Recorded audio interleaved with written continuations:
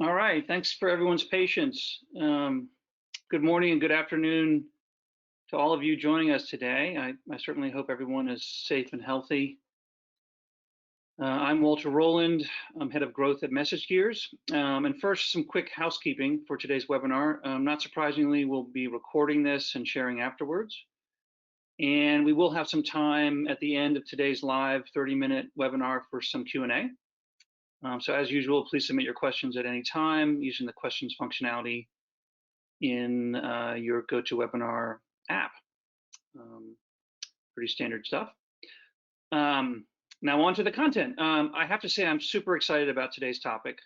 Content as data, contextualize your customer experience, where you all will be hearing about contextualized content as what I think of as the next evolution, really the next frontier of customer data and customer experience.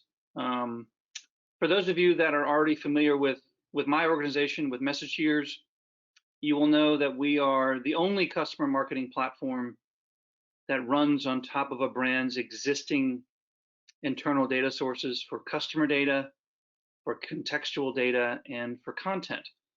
And that we work with leading brands all over the world who have modernized their own internal data in those areas. And given that focus, given the MessageGears focus on brands who have crossed the chasm, as I like to say, and modernized their internal customer 360 data environments, I'm super thrilled to have Michele Grant, who is the CEO of Block and Tackle, joining us today as our primary speaker.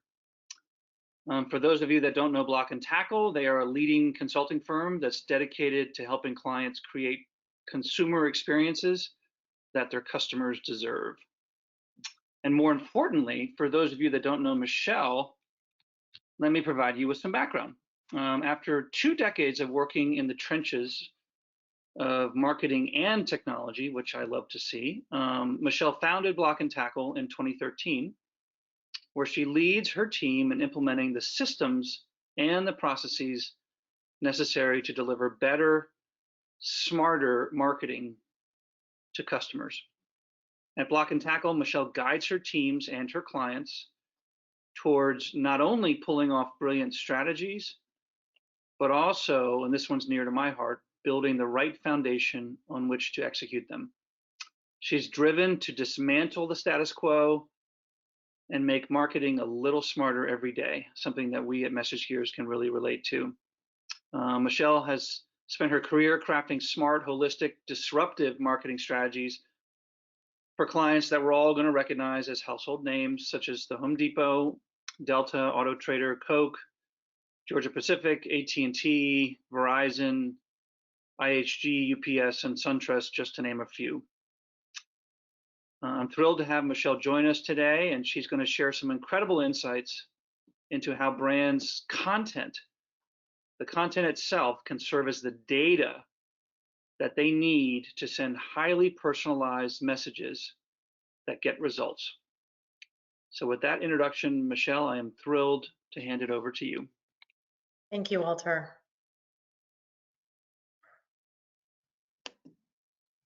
The ideal state of marketing is personal. It's about brands building intimate relationships with their customers. Using a few key pieces of data, brands from Apple to Zappos are building those authentic relationships. Hi, I'm Michele. I'm in a 17-year relationship with a brand. I'm in a 17-year relationship with Banana Republic. After collecting nearly 20 years of my purchase data, browsing behavior, my email opens and clicks, and in-store visits, they have enough data on me to predict the date and the time I'm going to purchase a new item from their new fall line before it's even designed. And they know I'm not going to use my 40% off coupon because I get off on paying full price. So imagine my excitement when I receive an email that said, handpicked, especially for you. I open it up and it's all white dresses. And I'm pretty excited because I'm like, okay, cool. They understand that I wear dresses. I only wear dresses, but I only wear black dresses. So I call up my business partner, Marcus, because I want to talk about this. And I'm like, I got this pretty amazing email from Banana Republic. It said handpicked, especially for you. It had dresses in it. They weren't black dresses, but like, hey, this is pretty close, right? And so he says, hold up, wait a second. I think I got that email today. I want to see what they picked out for me. It was the same white dresses. I mean, damn, Marcus, you look pretty fly in that lacy one. But then I felt a little icky about it. I felt like Banana Republic, handpicked, especially for me. I bet you say that to all the girls. And it made us start to ask ourselves why. Why do we still get marketing that's only kind of personalized, only kind of understands us as a person? You know, when you don't feel known in a relationship, it can be super damaging. And when you're talking about a relationship with a brand, damaging is financially damaging. Like, am I so hurt that I'm going to withhold purchasing for a while until I feel like they've been punished enough? As we sat there and pondered, we started to think about our clients, about how we help them build better relationships with their customers using data. We have to ask ourselves, what's the glaring hole in the equation? Why isn't personalization moving the needle for us, you know, the way we had anticipated? It's in the way we look at tactics. The tactic is the thing that we're measured on. The email team is measured on, hey, did you meet your $1 million target for email this week? And their answer is like, yeah. Well, did you make the $300 you could have made from Michele? Well, no, we alienated Michele, and she's probably not going to open another email from us for 6 weeks. What's the implication of that? The implication of that is that you have to keep dumping people into the database to get to the same $1 million. Whereas you could just get $300 more from me every single time if you wooed me with some black dresses. We have so much customer data. We have spent so much time aggregating and collecting and organizing that data, and we're actually doing a really amazing job at it. We know who people are, and we know what they do, but we don't know why. If content is king, context is goddess. We were talking about Netflix earlier today. Sometimes I have insomnia. It's 3 a.m. and I'm compelled to watch a rom-com. I don't normally watch rom-coms. And then the next day I get up and it's just rom-coms in my feed. You know, it's like, that's not me. That's only me at 3 a.m. It would be awesome for Netflix to treat that behavior as anomalous until they see me 4 weeks later up again at 2:30, which is not a normal viewing time for me, and I'm watching a rom-com again. Okay, the next time I log on at 2 a.m., show me a rom-com. But when I'm logging in at 7 p.m., show me my sci-fi and fantasy, right? That's the problem. We get into these segments that are driven by behaviors taken out of context. They fail to encapsulate the why, to capture us as people. And I think that's why tying back to context is so incredibly important. We have a lot of who, and we have a lot of what, but we don't have a lot of why. The why lives in that nebulous intersection of content and the moment that the customer is interacting with that content. That's the context of that interaction. And it comes to us by understanding the situation in which content is presented to a customer. So when we think about content, what do we think about? We think about assets and images and videos and blog posts and offers and banners. Where are all of those things in your ecosystem today? They're in the same place your customer data was 10 years ago, scattered all over. They live in a bunch of different systems, and you have a bunch of different teams and capabilities and people in charge of managing and adding metadata to those assets. Your DAM librarians, your CMS owners, they're thinking about content in one of two contexts. They think about what the thing is. This is a banner ad. This is an image of two people sitting next to a lake. Or they think about where the content is being used. This is the homepage carousel. This is a blog post under the recipe topic. Neither of those groups today are thinking about content as context, in the context of the customer.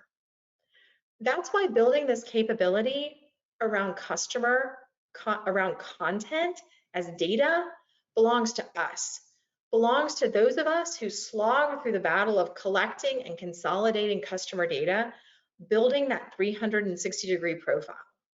We're the ones uniquely situated to being able to create a framework for interpreting content as context and using it to get to the why. So today, you do a lot of this intuitively. When you write a report or do an analysis, somebody's going back to the web page, they're going back to the email, they're digging up that campaign PowerPoint or spreadsheet, and you use all of those things to create a subjective understanding of context. You're making human decisions about the assembly of content, the pictures, the words, the offers, the vehicle by which it was driven. And you're creating a picture of what it means.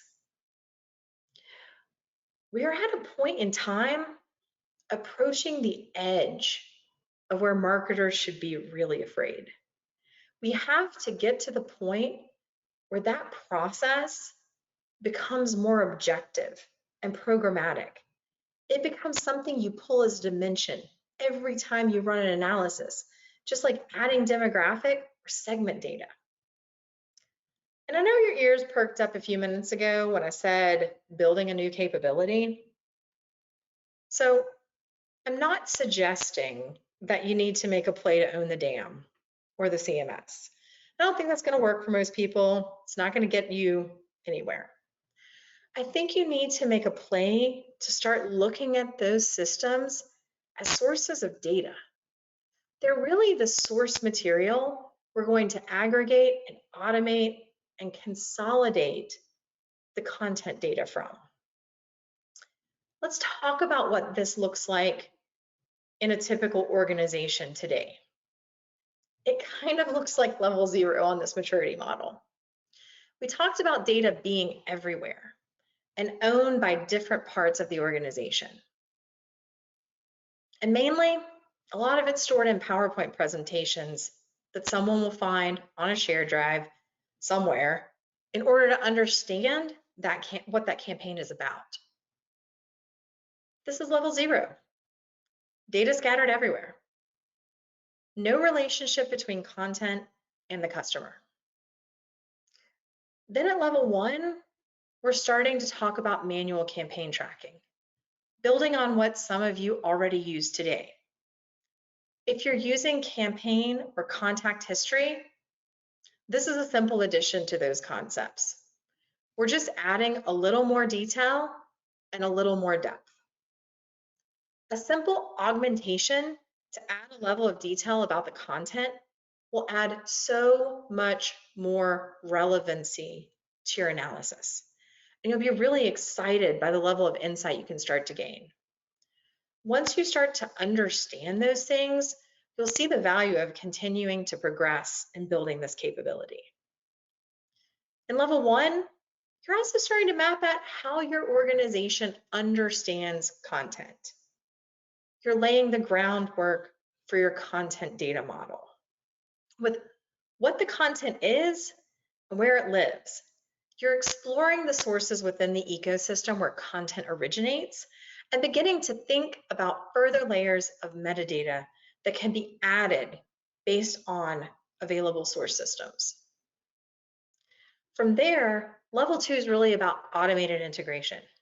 So this is where you have the source systems, your DAM, your CMS, your email platform, other sources of assets, and you're integrating that data and driving it into the model that you've created.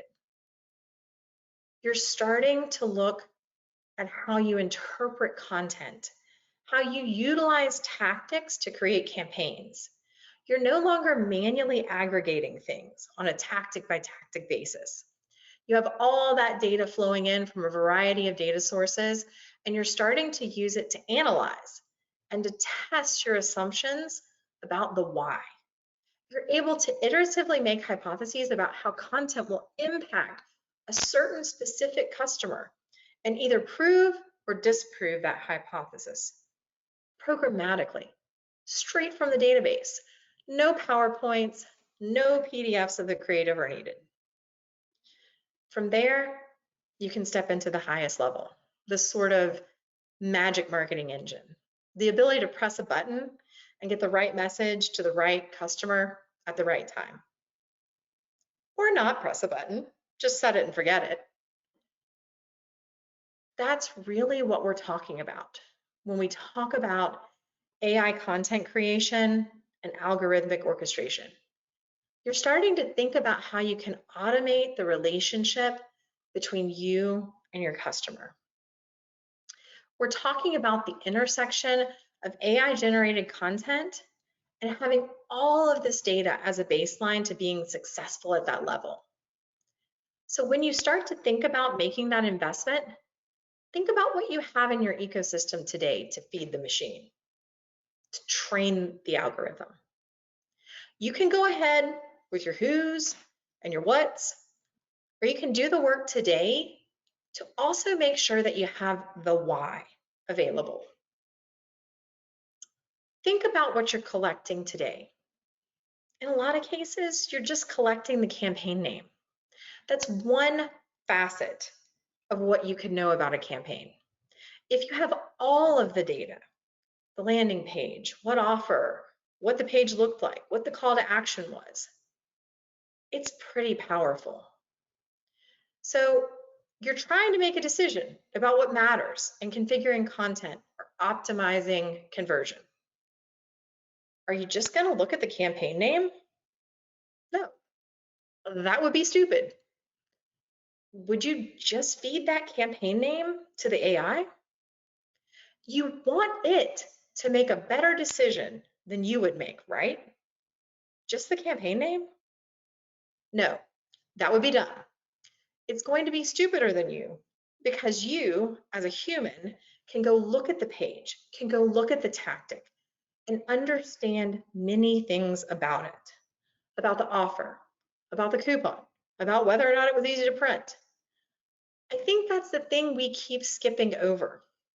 It's that we're capturing this in our brains, in our own PowerPoint presentation, but we're not putting it anywhere else that anyone else can use. So in essence, once you're gone, once you're lost, once you've lost the deck, once SharePoint crashes, once you move to another position, there is no historical record.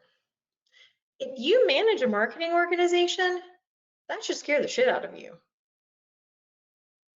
Start capturing those details now. This is the time to start because this technology is going to move really quickly. People who start this now are going to own the leadership roles in marketing tomorrow.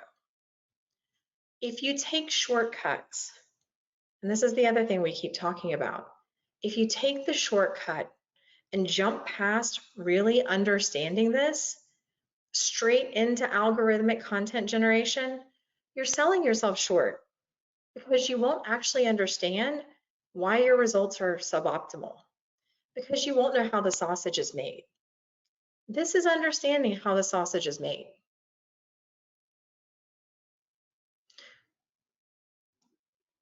So let's break this down into a simple crawl, walk, run. If you aren't tracking campaign history, you need to start there. If you are, then let's start by adding a little bit more metadata.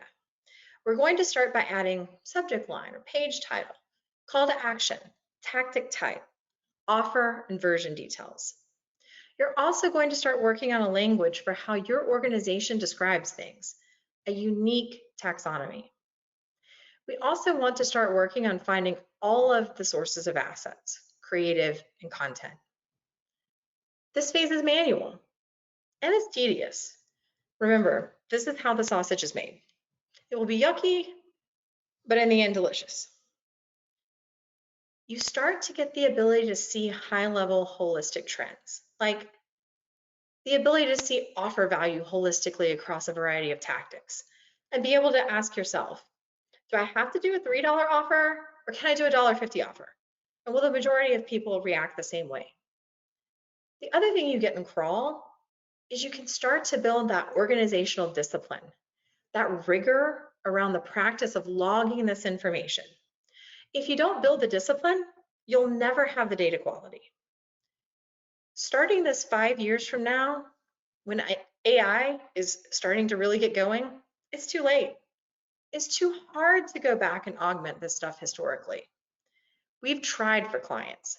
We've done it for clients, and it is not easy. It takes hours and hours. So, crawling now. This is really our only option.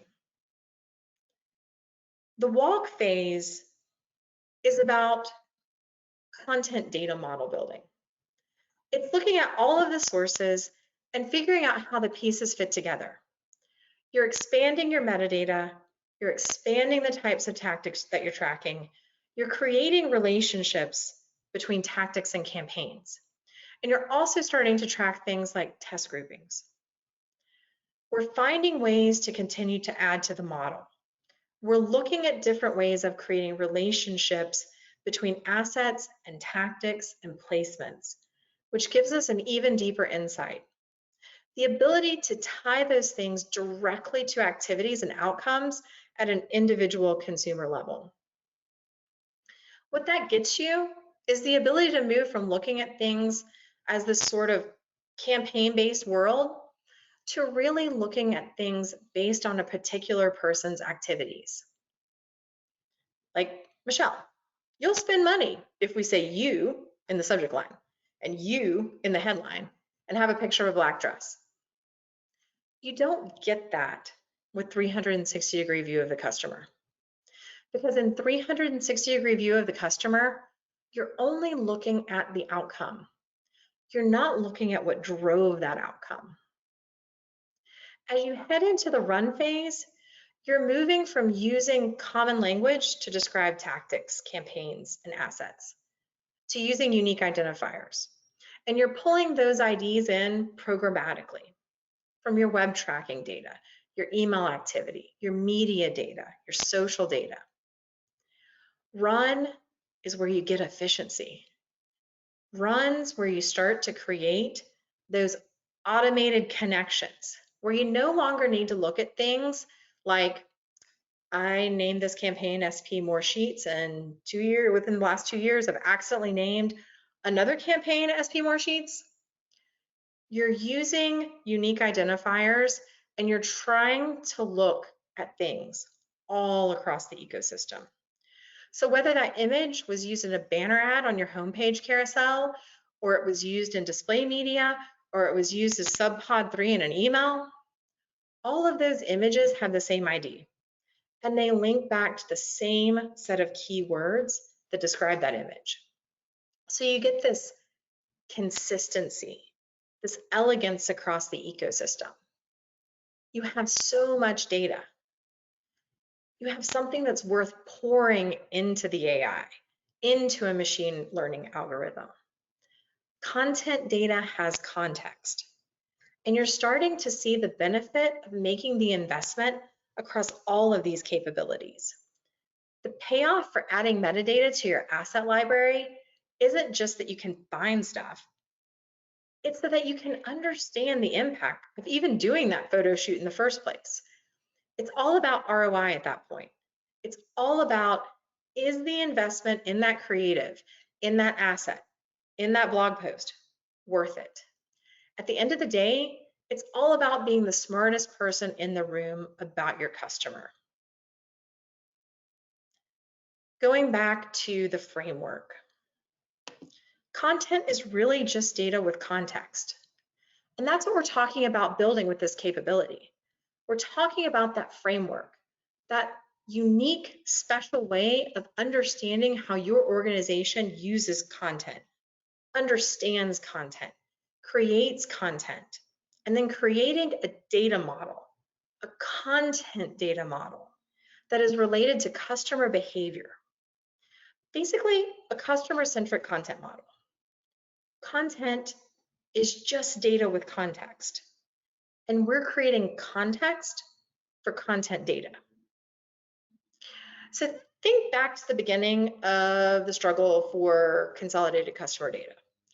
Your POS data is not customer-centric. It's organized with a transaction-centric method. And you have to translate that data to being customer-centric in your customer data model. Yeah, you have to do that with content too. The way that it's organized in the asset libraries is asset-centric. The way it's organized in the CMS is placement or component-centric. Neither one of those things is customer-centric. So you have to translate if you're creating a new data model. That's not an asset-based nor a placement-based method. You have to make it customer-based. So what would it look like if Banana Republic had had this context, had built this framework and this capability that we're talking about? Now, I'm not just saying on Banana Republic. I love them. I think they're great. I'm definitely not going to withhold my spending, and I'm going to keep buying black dresses until the cows come home or my closet explodes.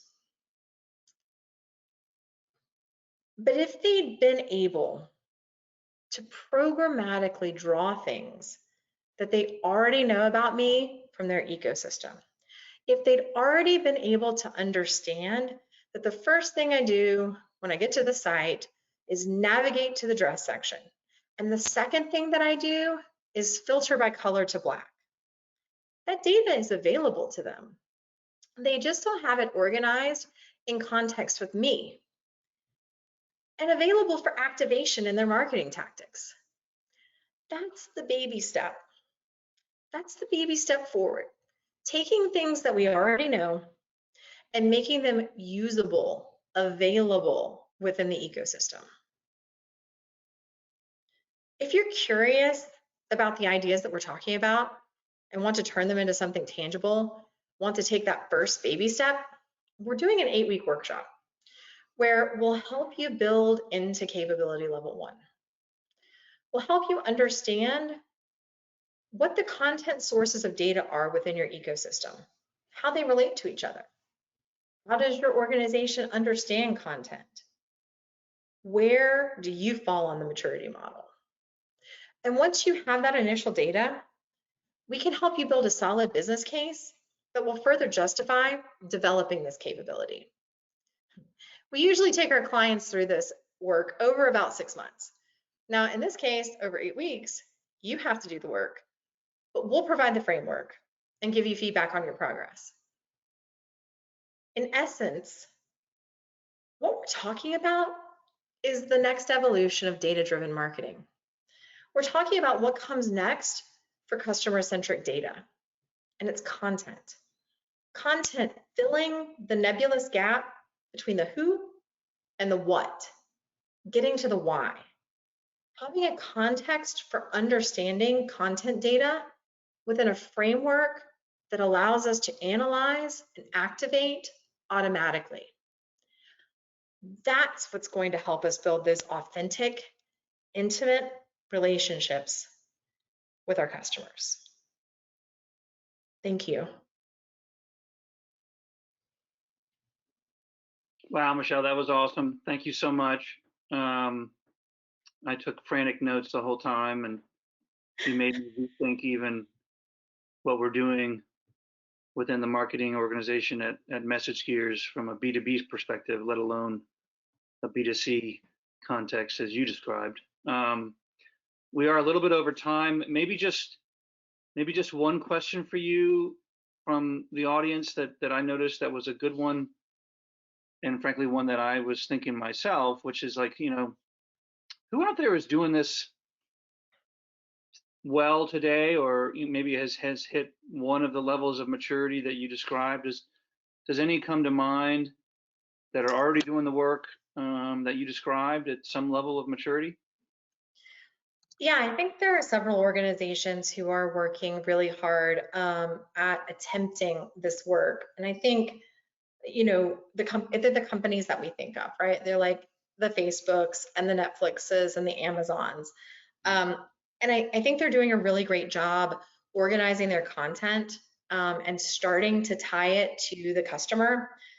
I think what we're still kind of missing, and I think it's due to like a gap in tool set and processes, is understanding that the content by itself, even in relation to the customer actions, the behaviors, doesn't matter as much as creating a way that you can interpret all of the facets about that content to create that why, like that motivating factor, right? The example from Netflix, right, is you don't have a way of knowing that I have insomnia and that rom-coms put me to sleep, right? Netflix right now just knows that I'm consuming that content at that particular time. And so I think as we start to gather data in this way about content, we can start to infer the why. We'll never really know 100% the why for everybody, but that's why I think anchoring back to context is so important, because then we can see patterns that we weren't able to see before. Got it. Wow. Exciting stuff. Love having you with us today, Michele. It's been a real pleasure. I am going to wrap this up because we're about 5 past where we thought we would be. Want to tell the audience apologies for not getting to all your questions. We'll be certain to get those in Michele's hands, and she or her team will, I'm sure, reach out to you and dig in on some of those meaty questions. And you obviously see how to reach out to Michele and her team on this slide right now. Again, we will send out the recording as well to all of you all, and you'll see that again in the recording. I want to thank you all for your attentiveness, and Michele, thank you again. It's been wonderful. Thank you for having us. We appreciate it. We do as well. Take care, everyone, and stay safe. Thank you very much.